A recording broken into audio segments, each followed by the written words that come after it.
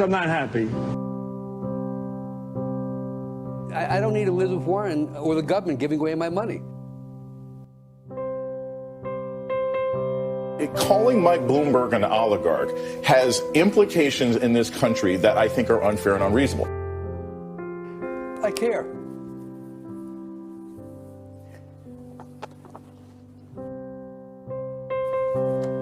That's it.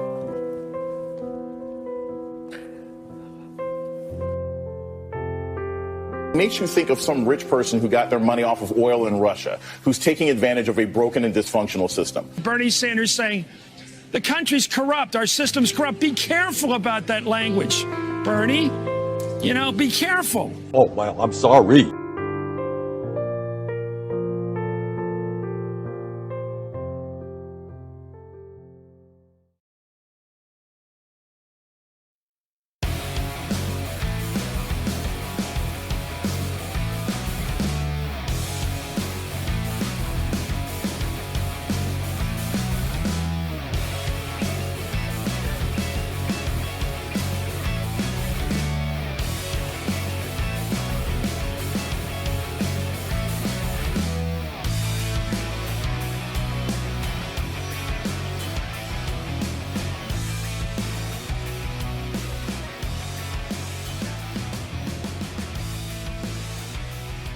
Around the nation, DYD Nation, Jeff Waldorf here with you. Welcome to the show.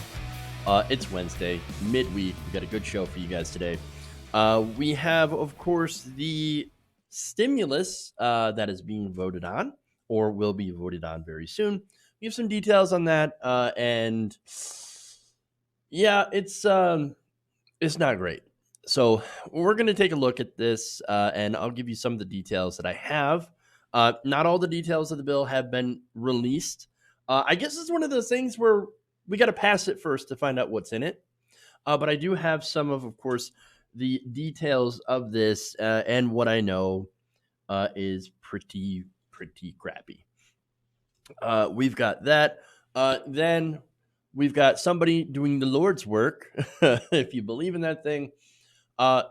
This woman trolled Boeing the way that right-wingers troll poor people.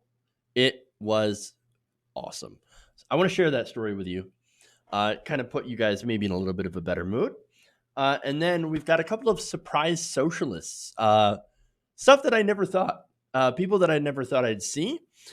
Saying some very interesting things and advocating for things like a general strike. Awesome. Then we'll talk about, of course, Mitt Romney and Donald Trump. Then Joe Biden on The View. It was as bad as you'd think it would be. So we'll talk about that as well. All right. So if you haven't already, please like and share the stream. Yes, we currently do have a fundraiser going on. Yes, it's because we need it. Yes, I know everybody's asking for money right now. It's because nobody has it. And so we are going through a little financial crisis of our own, keeping it honest, keeping it real with you guys. So if you can do anything, please help out. If you can't, I understand. Money stayed everywhere, and we are in the middle of a bit of a disaster. So financial, economic collapse. So, hey, awesome. All right. Anyway, again, if you can help out, there's a fundraiser in the comments or in the description of the video.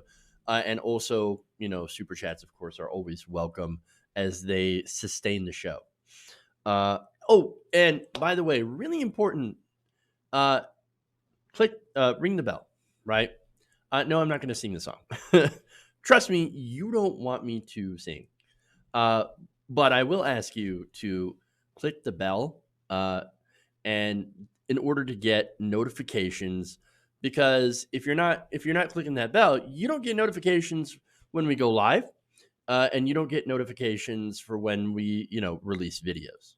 And so very important that you do so, that you ring that bell at least twice. I know they make it confusing for people to get, but if you're not doing that, then you're not getting all the content that we have to offer. So, all right. Anyway, Let's move on here. Oh, Ty Andrew says, quite correctly, this country is a corporatist joke. Absolutely. Trust me, what we know about the bill is frustratingly bad. And so just wait to get angry. Ravaging Wolverine correctly points out that anything Congress does seems to end up crappy. Yes, it's true. No, I'm good listing. Thank you, though, for the offer. I do appreciate that. All right. And yes, by the way, my wife and I are feeling better. So, she was sick over the weekend. We were kind of worried about it, but she didn't have any of the symptoms of COVID. And she doesn't. She's fine now. I'm feeling fine now. So we're all good. A little stressed out, but that's something else entirely. And I'm hoping all of you stay healthy as well, if you can. I do know a couple of people personally that have COVID-19. So, I mean, basically, my thoughts are with them right now and making sure that they pull through this. So, all right, anyway. So let's get into the first story.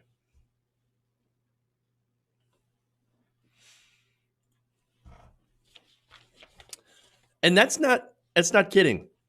Whose package is being stimulated? Well, I think you guys already know. Last night, the Republican-controlled Senate announced a deal to stimulate the economy in the wake, of course, the current financial and health crisis that we're all going through. So now it's a stimulus package, but just wait and see whose package they're really stimulating with this bill. So now it calls for spending about $2 trillion. And shockingly, or not shockingly, it favors corporations. Now the bill includes about $367 billion in loans for small businesses, $150 billion for state and local governments, $130 billion for hospitals, and $500 billion in loans for large industries, including bailouts for the airlines and the cruise ships. So, by the way, cruise ships, they don't sail under an American flag. They sail under other countries' flags so that they don't actually have to follow labor laws and pay American taxes. So why are we bailing out the cruise ship industry? It's absolutely ridiculous. Now, this also, since it was negotiated by Chuck Schumer, has $25 billion in relief for transit systems, with a large share of that actually going to New York. Because, of course. Now, the plan also does set aside, in case you're wondering how they go and help workers, it sets aside a small amount of money to help workers in the form of a boost to max unemployment pay by up to $600 a week for a temporary amount of time, and a direct cash payment to Americans. Now, of course, you have to have filed a tax return last year in order to do that, and they base what you get on that tax return. Now, the package would cut checks of up to $1,200 to each taxpayer, with amounts tapered down to $600 for low-income workers and retirees, and phased out for people who earn between $75,000 and $99,000 in 2018. So, again, you had to have filed the tax return last year. If not, or had you made over $75,000 and now suddenly find yourself out of a job, well, you don't get anything. You get nothing. So great. And for each child, you would get a $500 tax rebate. Oh, lovely. Right. Now, government furloughed workers, however, would get 4 months of full pay in that bill. So look, there is some good stuff and a lot of bad stuff. And so understand that, again, this is a massively, this legislation is massively tilted towards the rich and corporations, which would be, of course, their donors. Now, Republicans won something called the retention tax credit that's estimated to provide $50 billion to companies that retain employees on payroll and cover 50% of workers' paychecks. So that's a good big giveaway to corporations. Now, the UK, let me give you an example for contrast, right? The UK is covering about 80% of workers' paychecks. 80%. And the best we can do in the richest country in the world is cover half. Okay. Not only that, but this actually is a stealth attack on Social Security, right? Companies would, under this bill, would also be able to defer payment of the 6.2% Social Security payroll tax. Now, that ends up hurting Social Security down the line because they actually get less money if you defer these taxes. Now, the main contention on this bill was a $500 billion slush fund for corporations ran by the Treasury Department, in which, of course, we don't know, we wouldn't know who or what companies would be getting that money and how much they would be getting from the Treasury Department, controlled by Steven Mnuchin. So now we still have a slush fund. It still exists, but now they've put oversight. So a little bit of oversight, right? Now, Republicans in a compromise apparently said, okay, look, Donald Trump can't benefit personally. So none of his businesses can get any of this aid money. So that's what they were stuck on. But understand, for other corporations, well, they're able to get this money with very little oversight. In fact, Chuck Schumer's office, he's the Senate Minority Leader for the Democrats, said that the program would be run by the Treasury Department and have an inspector general for oversight. So now there is one more thing that is good. And let's see. This comes from, of course, this is in the bill. I'm going to tell you who it's from. But there's an unemployment provision that was added to the Senate bill that would see laid off workers receive 100% of their salary of up to $75,000 a year, with tipped and gig economy workers covered. So you want to guess who put that in? Oh, that would be Bernie Sanders. So Bernie Sanders got that amendment into this final piece of legislation. Well, I thought Bernie Sanders was just doing live streams in Vermont. What is he doing? I thought he needs to get to Washington to do his job. Wait, he is doing his job. It's called teleconferencing. There's this magical thing called the internet where you can talk to people and negotiate with people from long distances without interacting with them in person, which who knew that would be very helpful during a pandemic? But Bernie hasn't done anything. Ridiculous.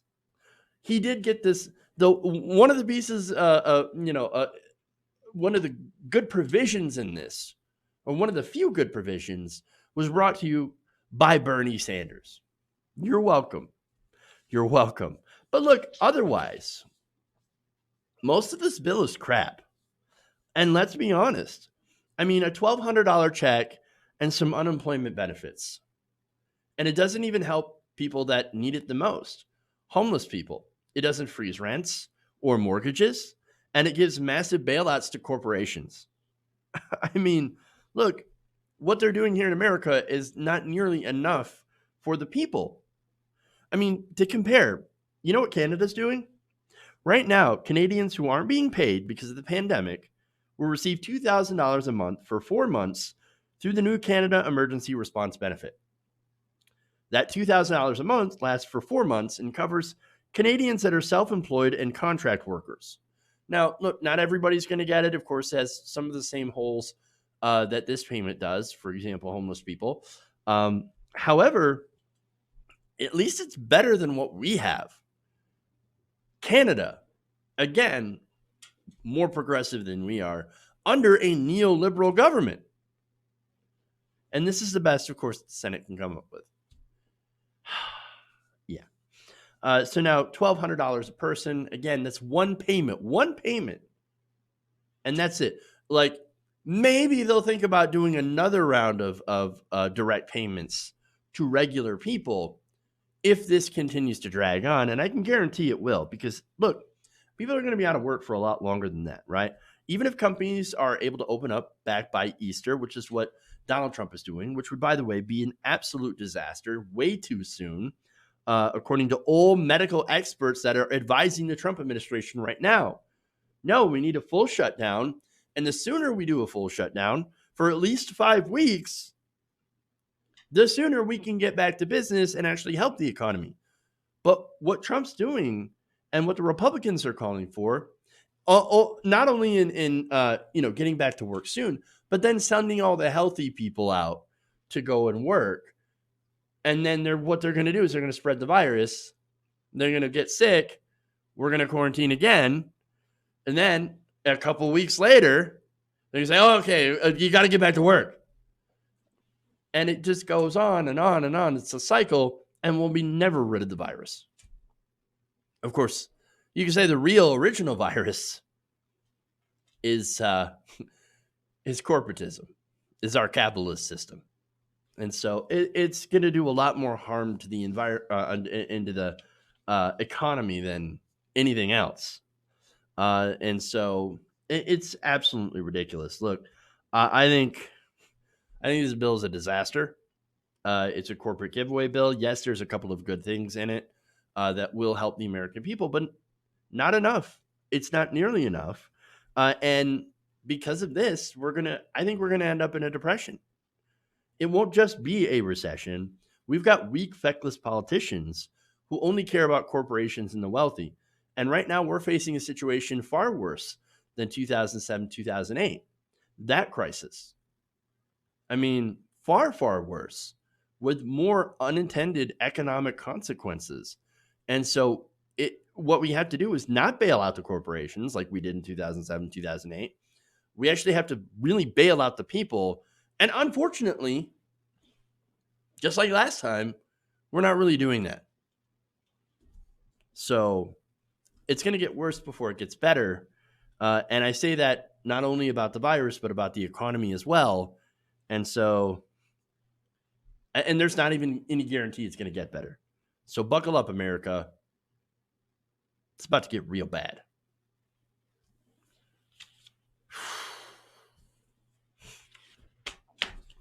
Yep. All right.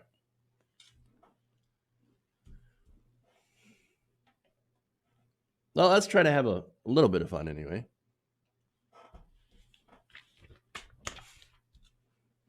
Dana Fairbanks in the chat says Trump is like Hoover, and we need Bernie in the White House to be our FDR. Absolutely. Yeah, that's what we absolutely do. You're right. Okay. A social media user is trolling a major defense contractor with advice that is normally reserved for the poor.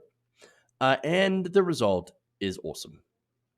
Now, in the wake of the current economic crisis, corporate America has once again turned to socialism to help bail them out. That's just like what happened in 2007, 2008 during that fiscal crisis, where the banks crashed the economy and got bailed out. Now, here we have a different situation, but we've got the same kind of corporations that are coming to the government, to the taxpayer with hat in hand to beg for a bailout. And now the situation that's happened, I've explained this before, and I will again, is that even before this crisis, you had an issue with companies that were over-leveraged. Now, what I mean over-leveraged, they borrowed more than they can pay back. And so that's what that means. Now, corporations, you might be wondering, like, wait a minute, I thought we had the best economy ever. That's what Donald Trump says. Why would these corporations have to go and borrow all this money?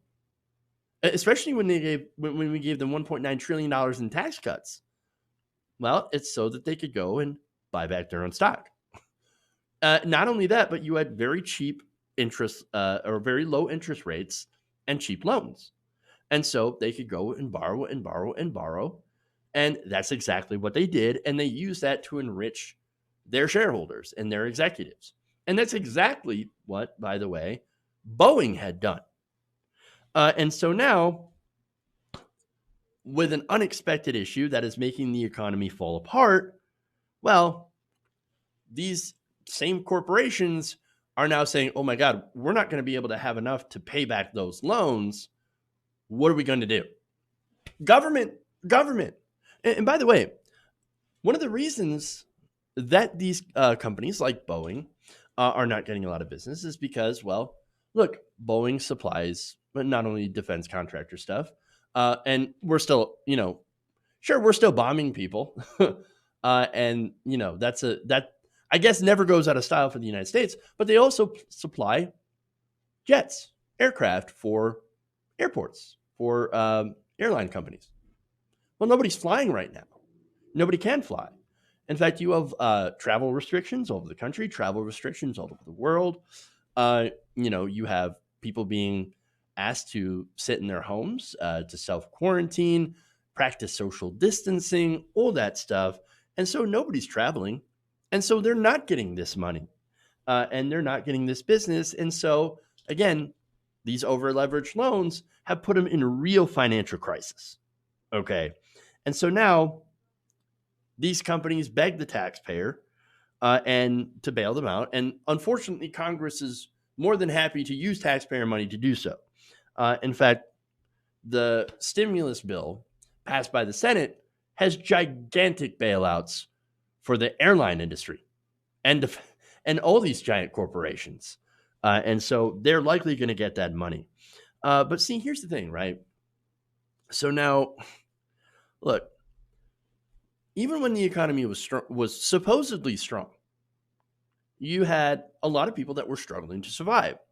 And there was a lot of bad advice from, look, you got columnists, people writing for the Wall Street Journal, conservative thinkers, even neoliberal thinkers that were writing these pieces about why don't these poor people, why don't they just lift themselves up by their bootstraps, man?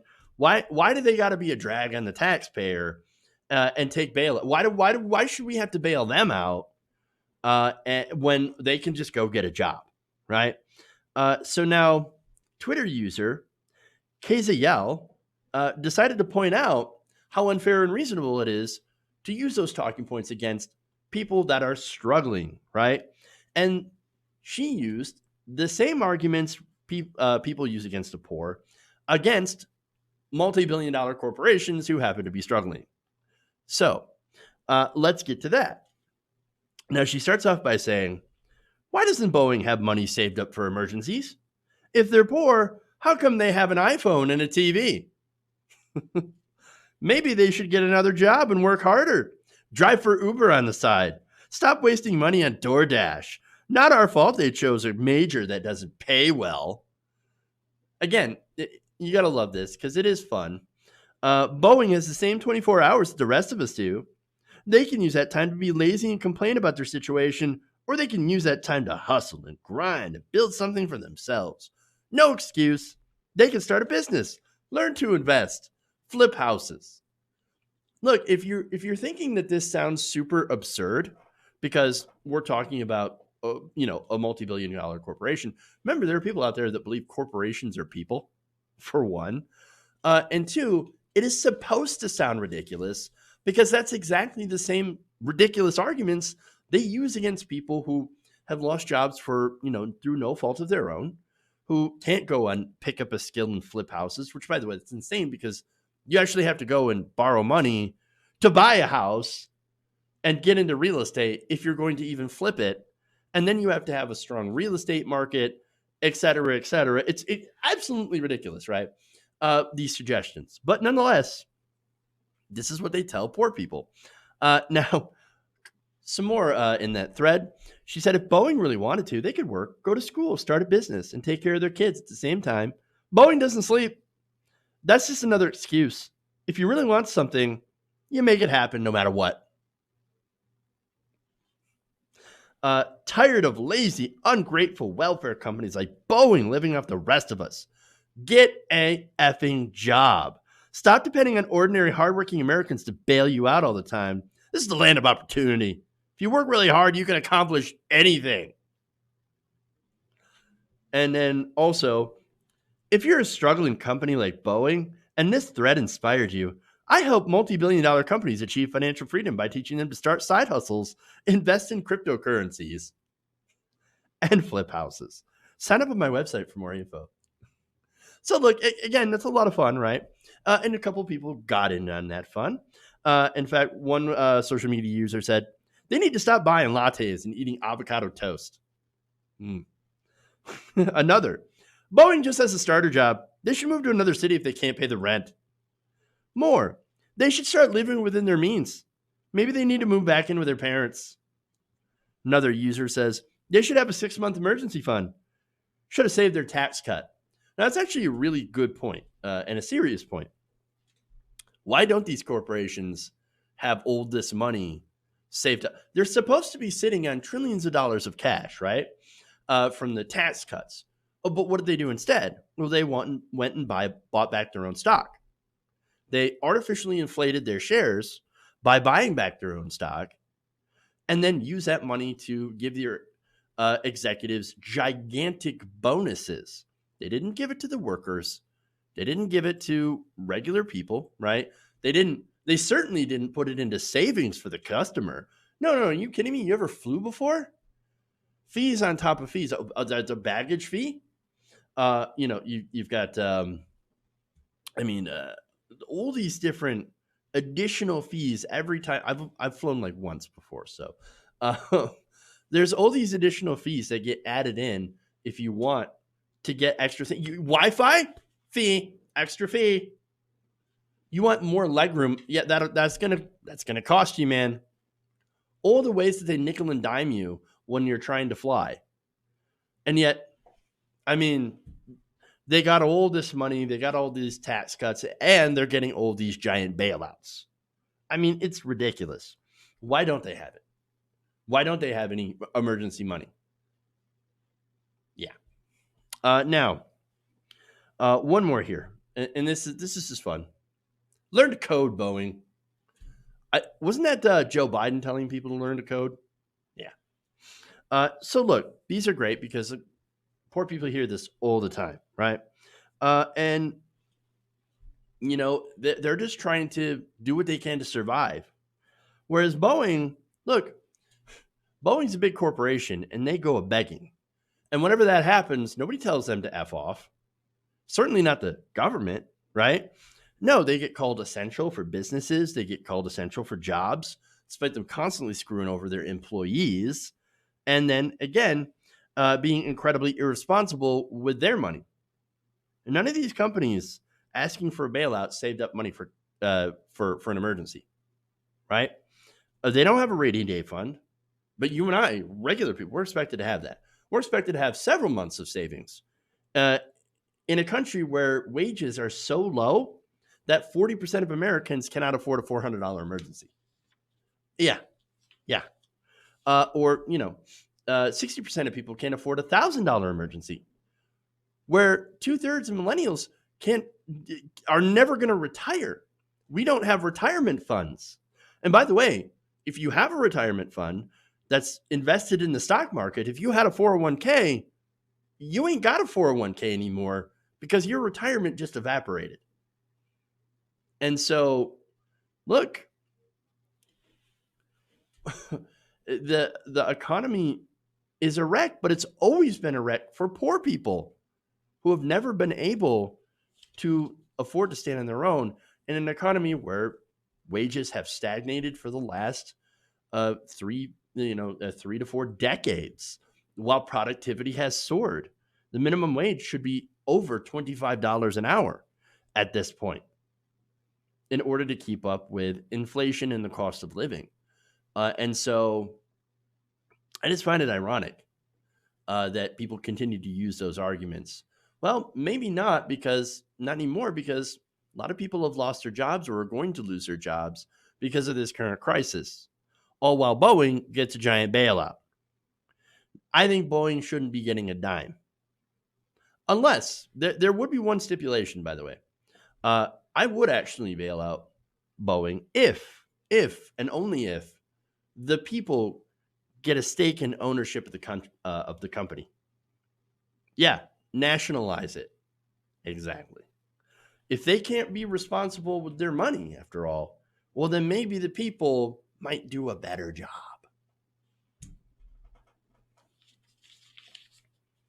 That's all I'm saying. Okay.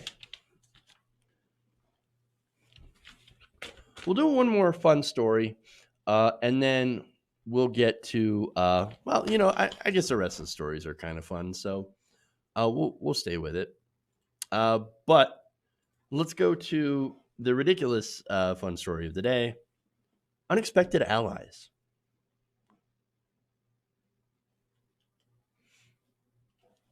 Shocker. All right. The current economic and health crisis has revealed a lot of things as of late. For one, of course, our healthcare system is woefully inadequate to handle the pandemic or any other giant crisis, that our leaders are far more interested in bailing out corporations and the wealthy than helping regular workers, and that in the face of all this, some of our favorite celebrities might be socialist. Then again, I guess everybody's socialist in a pandemic. But anyway, this week we find out that both Britney Spears and Fran Drescher are big lefties. Interesting. So now let's go to Britney Spears, right? So now on her Instagram, Spears shared a quote that called for the redistribution of wealth. So that's fun. Now, this was a graphic posted to her Instagram account, which was posted by user Mimizu. Now, it reads, during this time of isolation, we need to connect now more than ever. Call your loved ones, write virtual love letters. Technologies like virtual communication, streaming, and broadcasting are part of our community collaboration. We will learn to kiss and hold each other through the waves of the web. We will feed each other, redistribute wealth, strike. We will understand our own importance from the places we must stay. Communion moves beyond walls. We can still be together. Strike and redistribute wealth. Sounds a little socialist to me. Now you might be thinking, like, yeah, look, what's she actually doing though? She's wealthy. She's got hers, right? She doesn't care about regular people, right? Well, I mean, look, here's the thing. In this crisis, look, you haven't seen a lot of moves from billionaires to try to do something about this, right? Well, on her Instagram, she's been asking her followers, she's been asking people, hey, if you need anything, DM us, right? DM me, and I will get you what you need. You need food? Great. I'll help you out. You need diapers for your kid? I'm going to help you out. Just let me know, and we're going to get anything that you need. So, hey, man, look, she is directly trying to help people, and I think that's fantastic. I absolutely love it. So, hey, welcome, Comrade Britney. And I say that lovingly, right? And so now there's another celebrity out here who's calling out the rich, and that's Fran Drescher.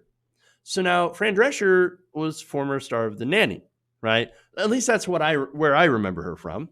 And on Twitter, she directly is calling out capitalism. So let me give you this tweet. And this is responding to someone else. I agree, capitalism has become another word for ruling class elite. When profit is at the expense of all things of true value, we got a problem. Look, man, that's hard to disagree with. Look, she's right. We don't live in capitalism, right? We live in an oligarchy with a wealthy ruling class. And they are a wealthy ruling class. It just happens to our leaders all happen to be extremely wealthy. In fact, you have to have money in order to win elections, whether it be, you have money because you're a businessman who wants to be a politician, or you're able to raise money. And something that's very new recently is the ability to fundraise from working class people in such large amounts that you can dwarf some of this corporate spending. And so, look, that's a great development, and that's something that we saw starting in 2016, mainly with Senator Bernie Sanders. So now, only the wealthy, though, generally tend to be in politics, and only they tend to be heard by the government through campaign contributions. And so, giant corporation raises a bunch of money, or you've got a bundler, which goes and bundles all these small $2,800 donations and then gives it. Well, that bundler, they're going to be heard over regular people. And so there's that. And right now, our current crisis has seen trillions of dollars being sent to the rich and the bankers, while workers get just about nothing. Crumbs. And so it is interesting to see both of these celebrities are actually out there talking about how, hey, man, look, we should redistribute wealth in a more equitable way. And that specifically Drescher's like, no, the problem is capitalism. So now let me read some social media posts surrounding that. The Paul Pont says, of course, the nanny would stand the working class. Yeah, makes sense, right? And so, I mean, I think I remember hearing about one of the episodes being about why you shouldn't cross the picket line. Don't be a scab. Talia19 says, Fran Drescher and Britney Spears were both turned into light fictional paragons of capitalist aspiration, beauty, wealth, fame, and now they're both whole-ass comrades. It makes sense. That's all I'm saying.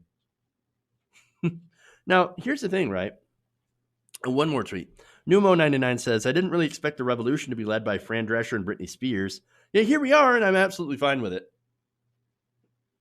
So, but here's the thing, like, Fran Drescher has actually been anti-capitalist for a while. I mean, back in 2017, she tweeted, the heart of the problem, all problems of the world at its core, is power and greed, fueled by capitalism. Time for a new deal. Or like, yeah, a new deal, maybe a new deal. Something that builds on the work of FDR. Hey, I know somebody who's working on that. Yeah, his name's Bernie Sanders. Just saying. Now, she also added, responding to somebody else, saying, you confuse democracy with capitalism. Capitalism has run amok. Making money responsibly is imperative for the people and the planet. So we cannot have this current system of extractive capitalism. Lou, she responds to somebody called Millennial Lou, saying, fun fact, the Democratic politicians don't care about racial minorities, homosexuals, transgenders, etc. They're all pawns to them. To which she says, it's capitalism, not Democrats. Without an exploited working class, capitalism can't exist. We're all pawns of the ruling class. So there you go. Look, I don't know about you, but I like class traders when it comes to the rich. Class traders. Yes. Look, another one that I like is venture capitalist Nick Hanauer. Now, Nick Hanauer does a great podcast about the failures of our capitalist system. We right now, have socialism for the rich, rugged individualism for the poor, and this crisis lays all that bare to see, all the problems, all the inequities of the system. And so now that we know, now it's readily apparent. And if it's not apparent now, wait a week or two. Okay. I mean, it's all going to be, all the masks are slipping off now. Okay. And what matters is when that happens, how we respond to it and what kind of system we're going to want to build out of the ashes of the old one. Okay. So, I'm going to take a break. We're going to come back. We got more stories. So stay right here. Please like and share the stream. If you have any super chats, please send them. That helps the show. I will thank some patrons and channel members as well. So stay right here. We'll be back around the nation.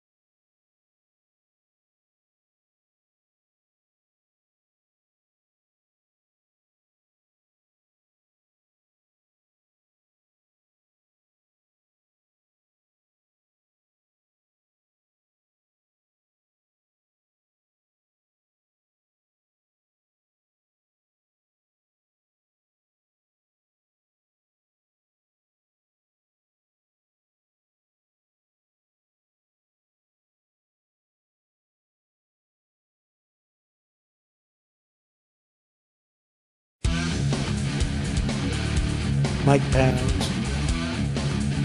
Why? You're getting nervous, man. Oh, well, I'm sorry. Welcome back to the show, Around the Nation right here, TWT Nation. Jeff Waldorf here with you.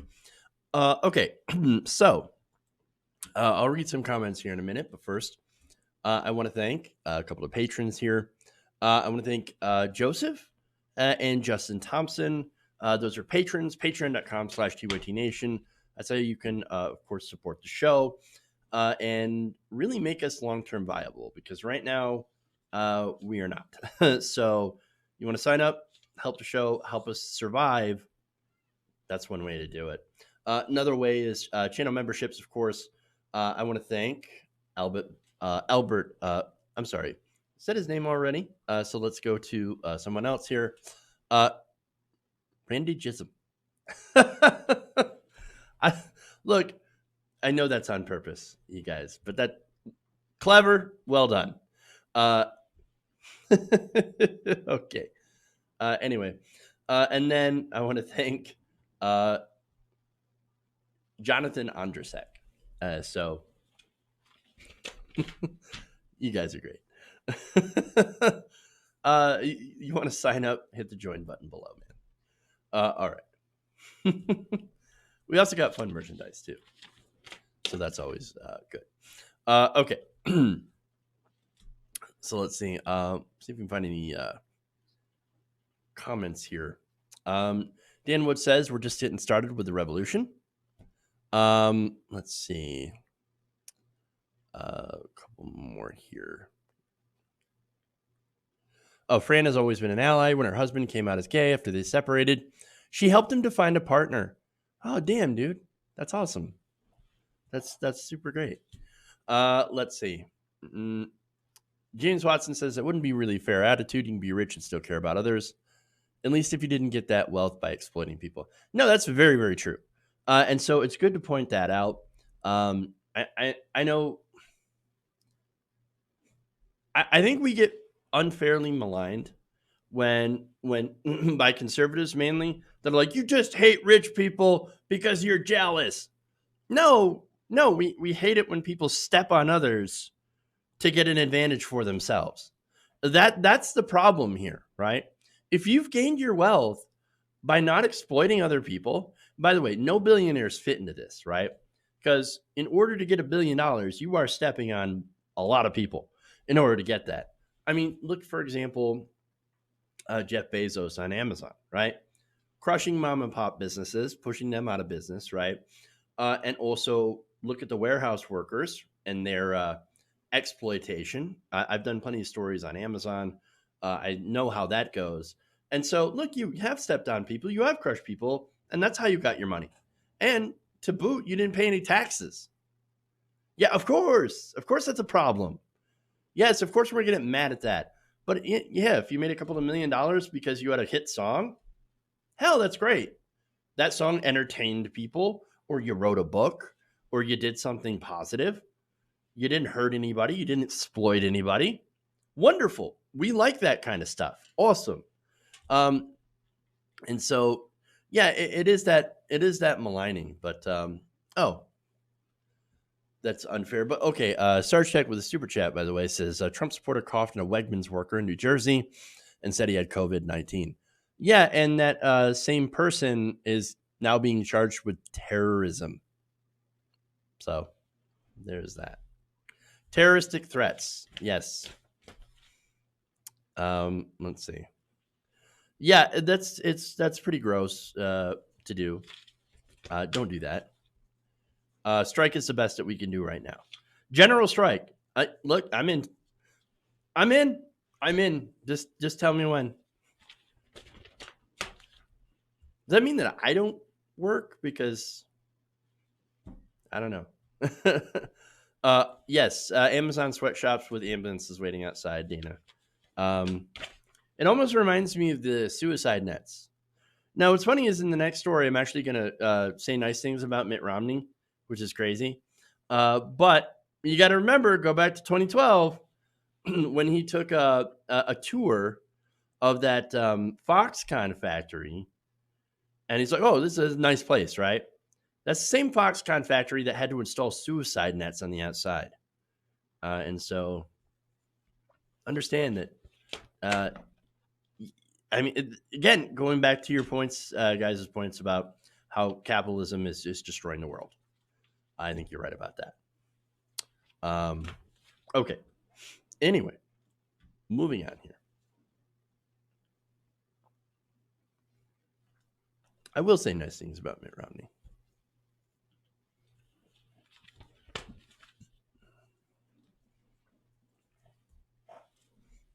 Now, President Donald Trump took some time out of his busy schedule on Wednesday to congratulate Mitt Romney for not contracting COVID-19.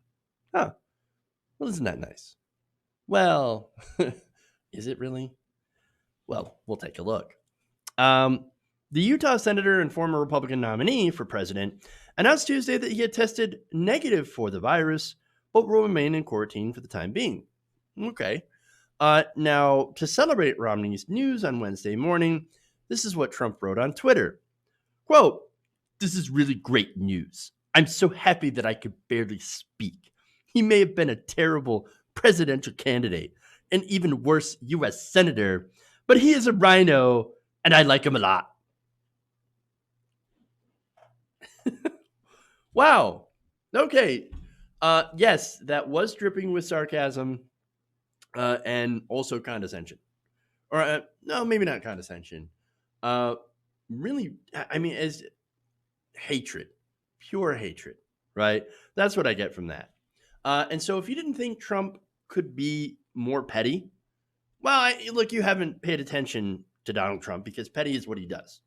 And it's what he does best. So now, clarification, right? I'm going to say some nice things about Mitt Romney, even though, one, I don't really like Mitt Romney. At least I don't really know him, but I know his policies, and his policies are terrible. But let's be honest, I do not wish sickness or harm on Mitt Romney or his family. And look, his wife, for example, has MS, I believe. And so she is very susceptible to this virus.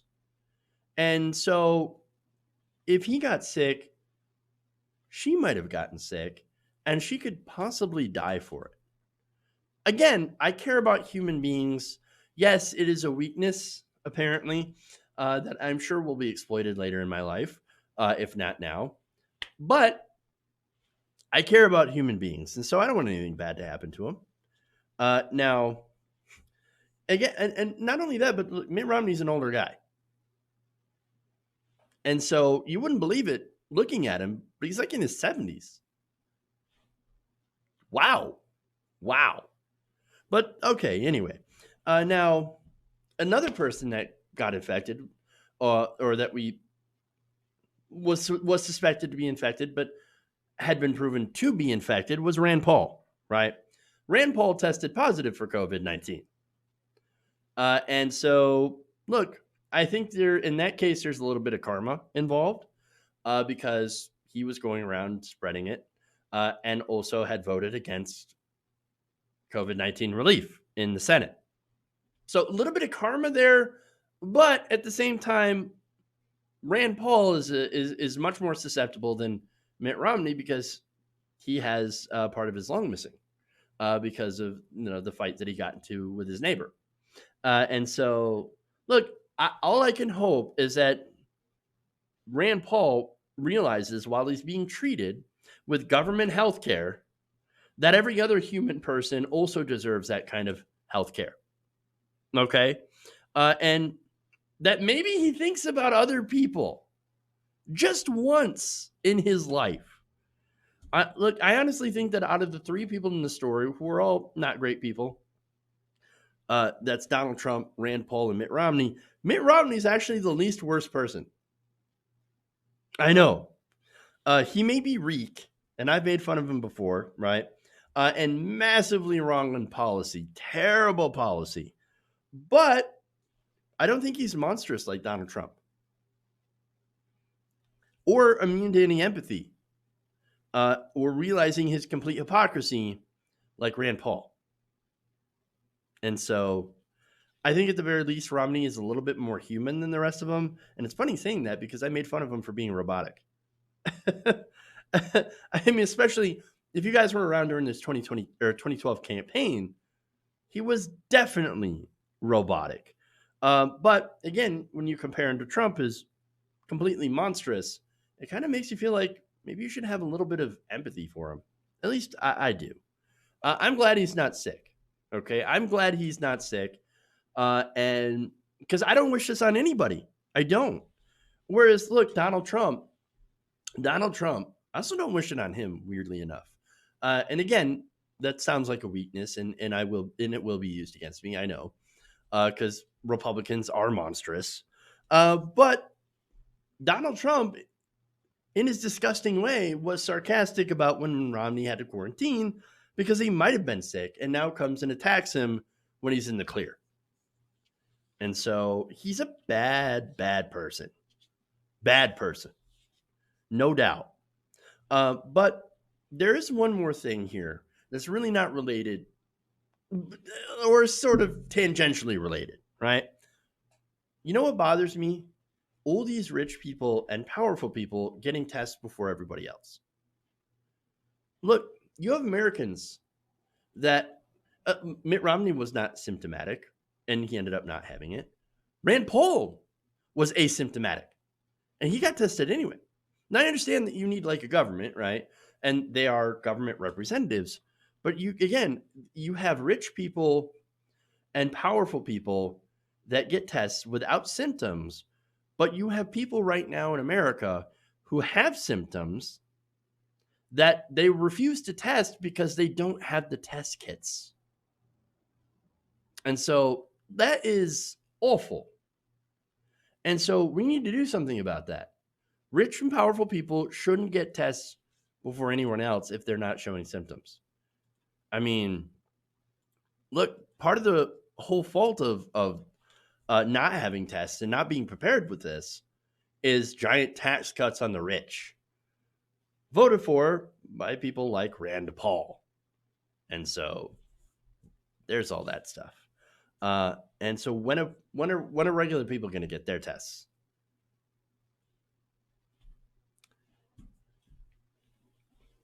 I mean, there you go. Okay, anyway, there's just nothing else I had to say about that.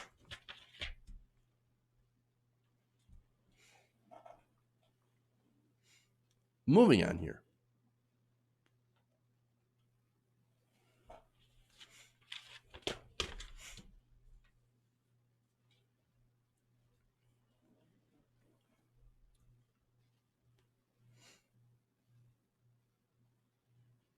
In Hot Topics, we talked about Trump saying the government would reassess the recommended period for keeping businesses shut and people at home.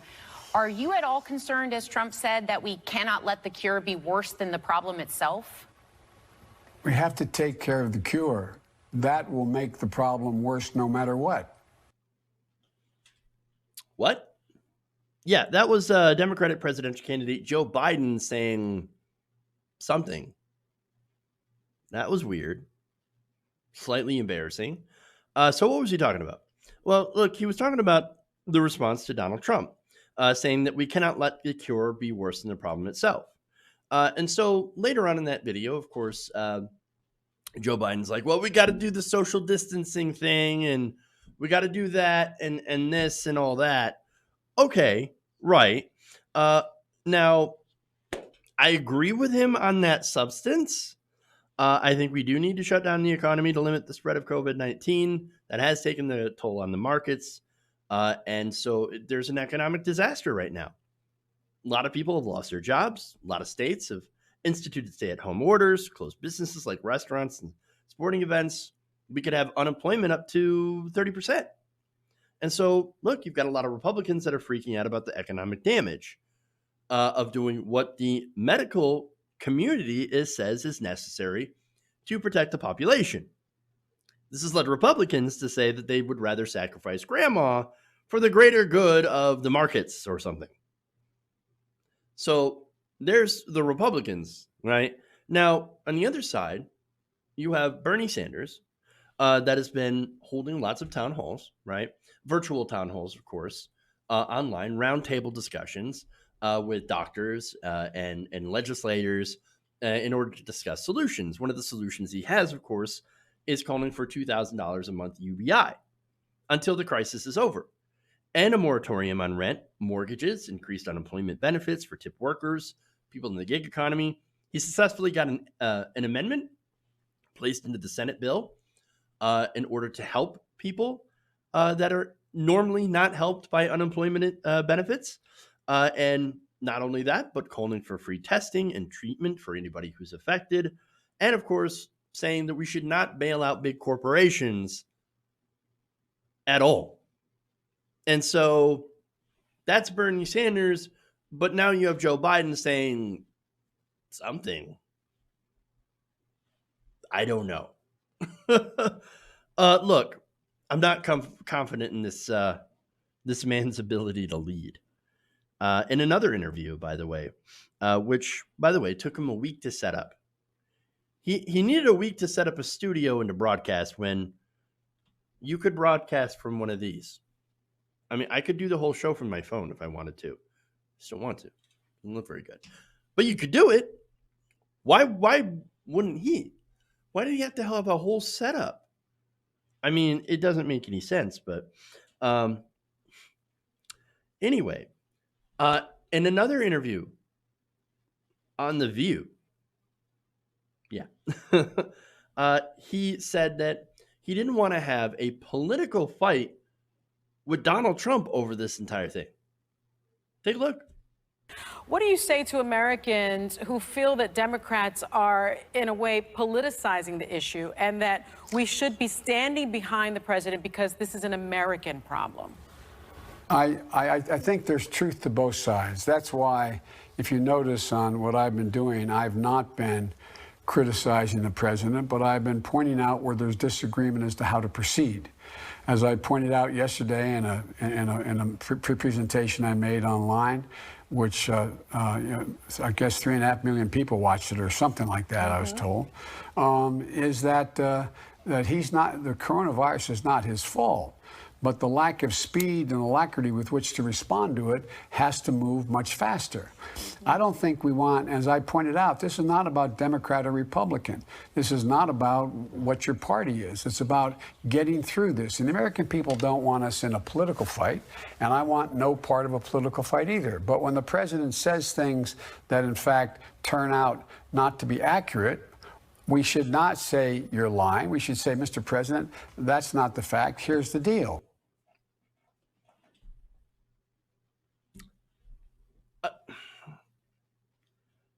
We should say, hey, President, that's the facts. Here's the deal. Or that's not the facts. This is the deal, right? Oh, but wait a minute. Donald Trump is lying. You can't just be like, no, we're not going to say that he's lying. I'm not going to call him a liar, even though he's very clearly a liar. He's lying about things, and he's actually putting people's lives in danger. But I'm not going to call him out on that because I don't want to have a political fight with him. Dude, you're running for president against him. It is a political fight. It is a political fight. So why don't you fight him on this? His response to this has been disastrous. Okay, he gets up in the lectern and he lies. He says, "Oh, it's going to be over by the spring, right? It gets killed in warm weather, so we're not going to even have to worry about it. You should just go back to work, and then we're going to go back to work by April." No. And again, it's not even addressing just, the facts that he gets wrong about this crisis. I mean, look, Donald Trump's advice got a man killed, as I said. There was a couple that listened to the president about chloroquine, right? So they took this chloroquine, right?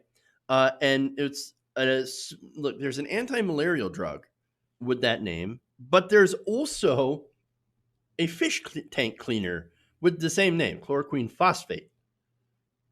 Well, this couple, they didn't know the difference. All they heard was Donald Trump saying, you could take this chloroquine drug and it'll be safe. and you'll be safe from COVID. And then, yes, the husband died and the wife is alive, just barely in intensive care. You know what she says? Her message is, don't listen at all to what the president says. You've got to be strong. You have to take a strong stance against Donald Trump. You can't say, oh, now that's a little bit of malarkey. Now, here's the deal, Fats. No, you got to be like, this guy's an unbelievable, unhinged liar. He is dangerous. He is a liar. Don't listen to him. He's going to get you killed. I mean, look, Bernie Sanders is like, still calls him a sexist, obviously, racist, xenophobic, says he's a pathological liar. That's the language that you want to use. Pathological liar, because you know why? You know why you want to say that? Because it's true. It's the truth. God, their civility is going to kill us. But understand that's what it's about. Joe Biden is totally unprepared to take on Donald Trump because he thinks that, oh no, Donald Trump, no, he's just like one of those other politicians that I took on in, back in the 1980s. That's what that is.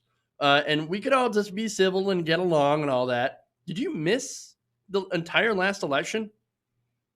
Have you not paid attention at all, Joe? Look, I know Trump calls him Sleepy Joe. Maybe he was sleeping the whole time. Maybe he missed how vicious Donald Trump is going to be. Donald Trump's not going to take it easy on you. You've got to hit him, and you've got to hit him hard. This civility crap is, look, you can't play patty cakes with him because Donald Trump's not going to play patty cakes with you. He's going to Donkey Kong you in the head over and over again. And so, Joe, if you're not going to be strong, you're going to lose. You're going to lose to Donald Trump. I can't believe I have to, try to advise Biden on strategy, but he's unbelievably weak. And so, you're going to get attacked. You already are getting attacked, by the way, media, because it seems like you're having a very difficult time forming a coherent thought. But situations like this is why Joe Biden is not a leader, right? He hid from the public. He let Trump say whatever he wants for weeks, right? Being unchallenged. You've ceded the narrative to Donald Trump. And you know what happened because of that? Donald Trump's approval rating over this crisis has increased. He now has majority support for the way he's handled this situation. When people who pay attention, we know that he has had a horrible response to this entire thing. This is what happens when you give up the conversation. Of course, the media is like, oh my God, Joe Biden, I love Joe Biden. Oh my God, what a leader, presidential. But when Bernie Sanders holds roundtables with doctors, medical professionals, and legislators to come up with legislation that is strong enough to be able to weather a financial crisis, he gets attacked for not being in Washington, right? You didn't vote in a cloture vote. Being not present for a cloture vote is a no vote. And the Senate bill that they were voting at the time was even worse than the one that is in the Senate right now.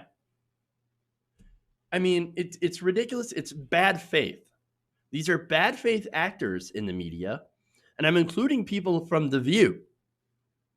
Bad faith media actors that are propping up a candidate that is not prepared to take on Donald Trump.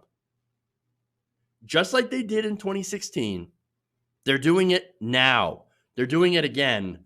And we're going to have the same result because you know what? It's that entire saying, right? The definition of insanity is doing the same thing over and over and expecting different results. The Democratic establishment has done the same thing over and over and over, put up a moderate centrist against a populist, a right-wing populist, and they lose every single time. And they always go, oh, we need to nominate the electable one. one that's more electable, which means moderate centrist, which means we're going to give corporations everything they want. Oh, turns out they lost to the right-wing populist that criticizes money in politics. But then, of course, is super, super corrupt anyway.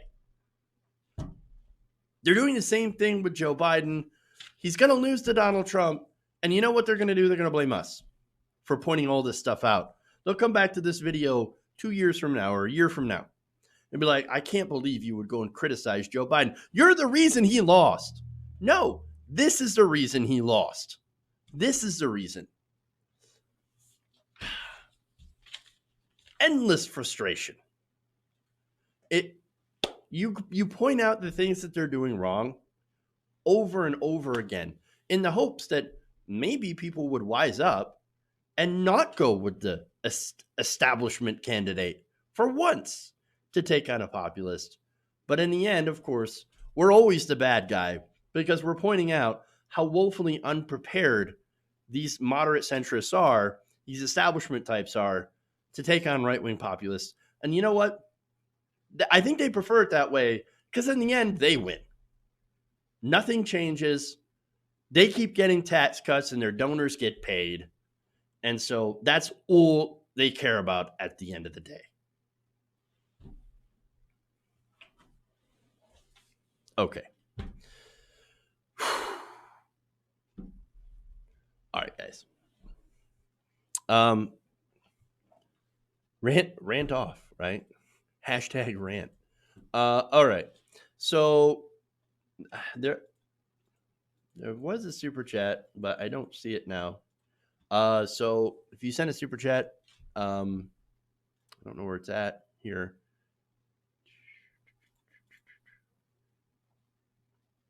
Oh, it's the one that I already read earlier. Okay. All right. So that's it, guys. Thank you for tuning in. Thank you for watching the show. Please like and share the stream if you haven't already. Also, consider becoming a patron, patreon.com/TYTNation, or becoming a channel member or donating to our campaign to keep the lights on. Very helpful if you do. Also, if you haven't subscribed already, please do so. And if you are subscribed, please hit the bell so that you can get notified when new content drops on their channel. So, all right. That's it. Thank you, guys. Love you. And remember, change begins with you. Good night, nation. We'll see you guys tomorrow.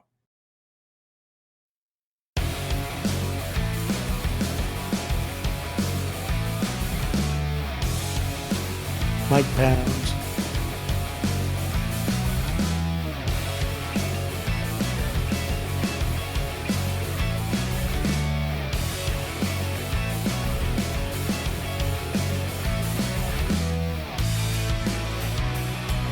Please clap.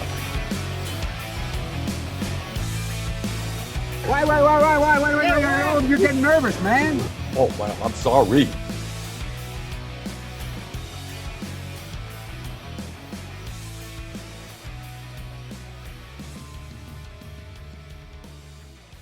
You're kicking me out the door.